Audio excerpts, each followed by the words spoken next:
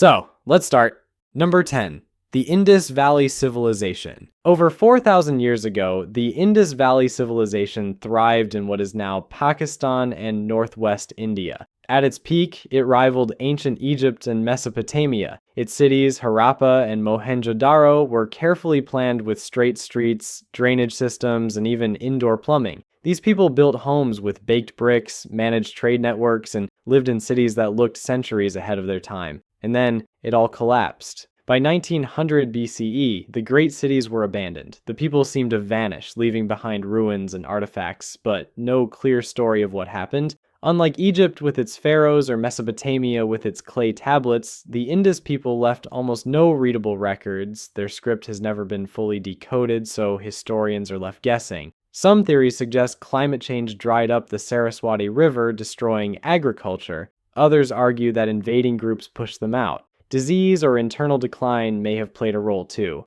The truth is likely a messy mix of all three. What's eerie is how little we know. Here was a civilization with massive cities, trade routes, and advanced technology, and yet it disappeared so completely that even its language is still a mystery. You can stand in Mohenjo-daro today, walk the empty streets, and wonder how a society that sophisticated simply unraveled. It's like discovering New York abandoned in a desert 1,000 years from now with no explanation. The silence of the Indus Valley is not just history, it's a giant question mark carved into the ruins. Number 9. The Nabateans of Petra. Petra, the rose-red city carved into Jordan's cliffs, is one of the most famous archaeological sites in the world. Built by the Nabateans around the 4th century BCE, it was a bustling trade hub. The Nabateans controlled desert routes, making fortunes by taxing caravans carrying spices, silk, and incense. They built dams, cisterns, and aqueducts to survive in the desert, showing incredible engineering skill. And of course, they carved massive temples and tombs directly into stone, leaving behind breathtaking monuments.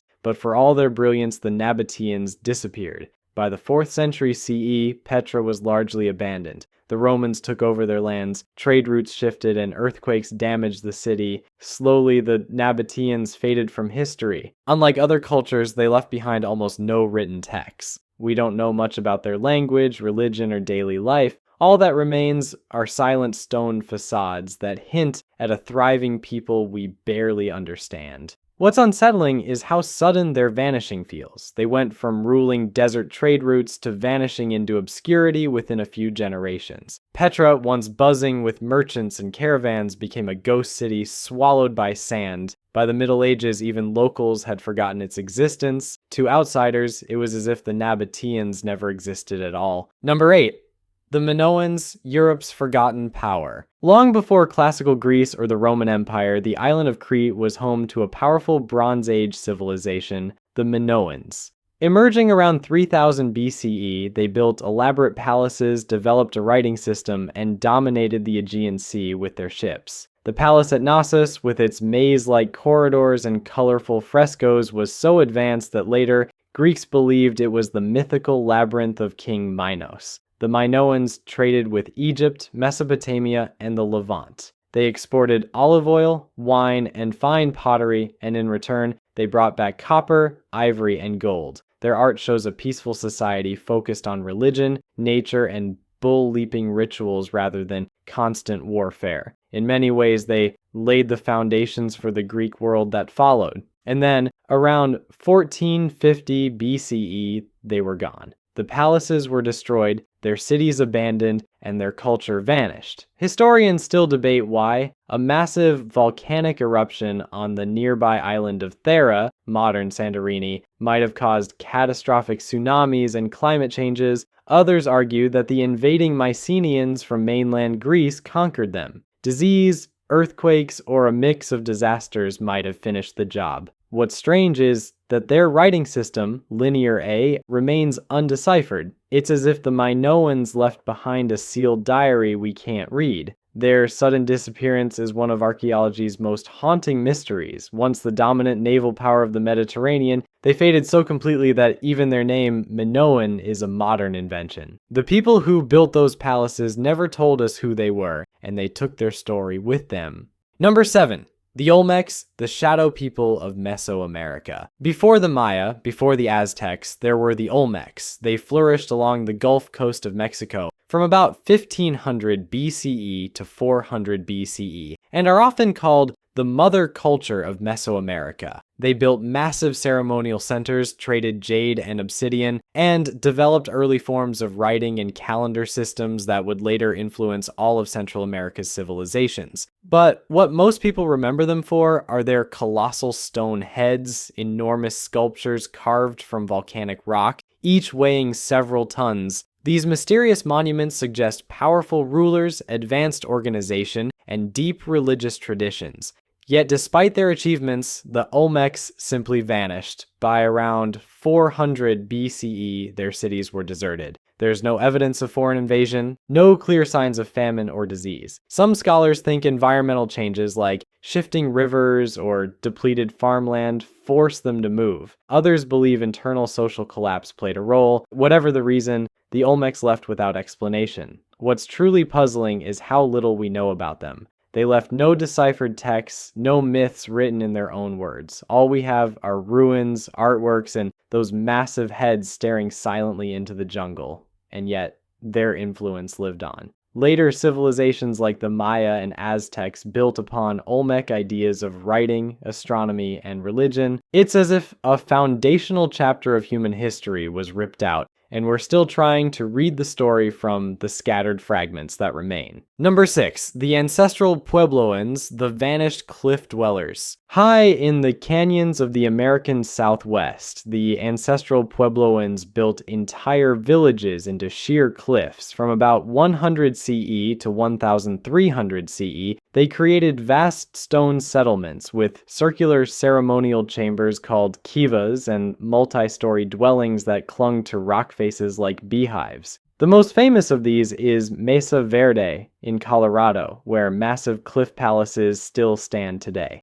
The ancestral Puebloans were skilled farmers, growing corn, beans, and squash in harsh desert conditions. They used advanced irrigation systems and traded goods across huge distances. Seashells from the Pacific and turquoise from New Mexico have been found in their settlements, showing just how wide their network stretched. But then, around the late 1200s, they abandoned these incredible cliff dwellings. The people didn't disappear completely. Their descendants live on in modern Pueblo tribes like the Hopi and Zuni, but the great cities themselves were deserted. Archaeologists debate why. Some say severe drought made farming impossible. Others point to conflict, with evidence of burned settlements and fortifications suggesting warfare. It's even possible that a combination of both drove them away. What remains haunting is how sudden the abandonment feels. Imagine walking into a stone village high on a cliff and finding it empty, tools and pottery left behind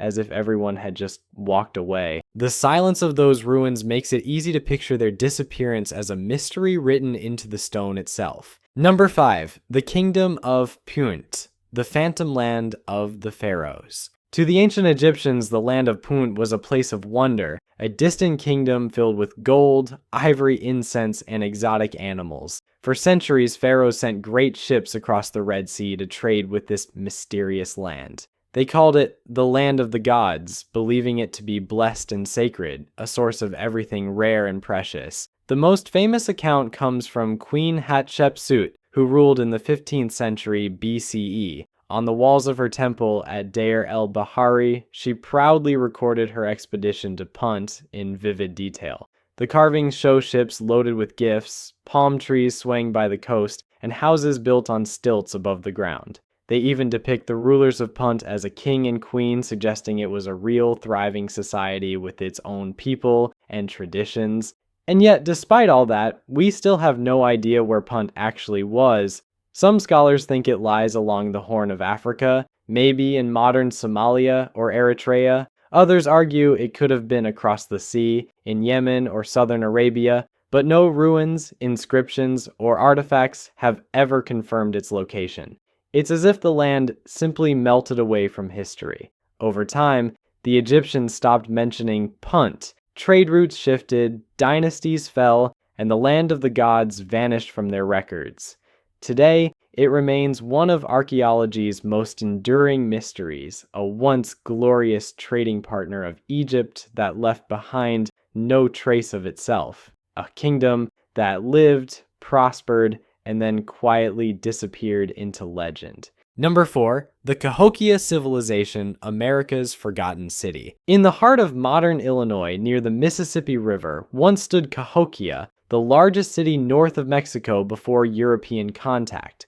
Around 1050 CE, Cahokia was home to tens of thousands of people, bigger than London at the time. At its center rose Monk's Mound, a massive earthen pyramid larger than Egypt's Great Pyramid in volume. Surrounding it were plazas, wooden palisades, and hundreds of smaller mounds used for ceremonies, burials, and homes of the elite. Cahokia was a place of trade, religion, and a complex society. Artifacts show connections reaching as far as the Gulf Coast and the Great Lakes. They built wood-henge-like structures to track the sun and mark solstices. Rituals likely involved feasting, games, and at times human sacrifice, yet by 1350 CE, Cahokia had collapsed. The population scattered, the mounds fell silent, and the city was swallowed by forest. No one knows why. Some point to over-farming and environmental stress, others to disease, famine, or conflict.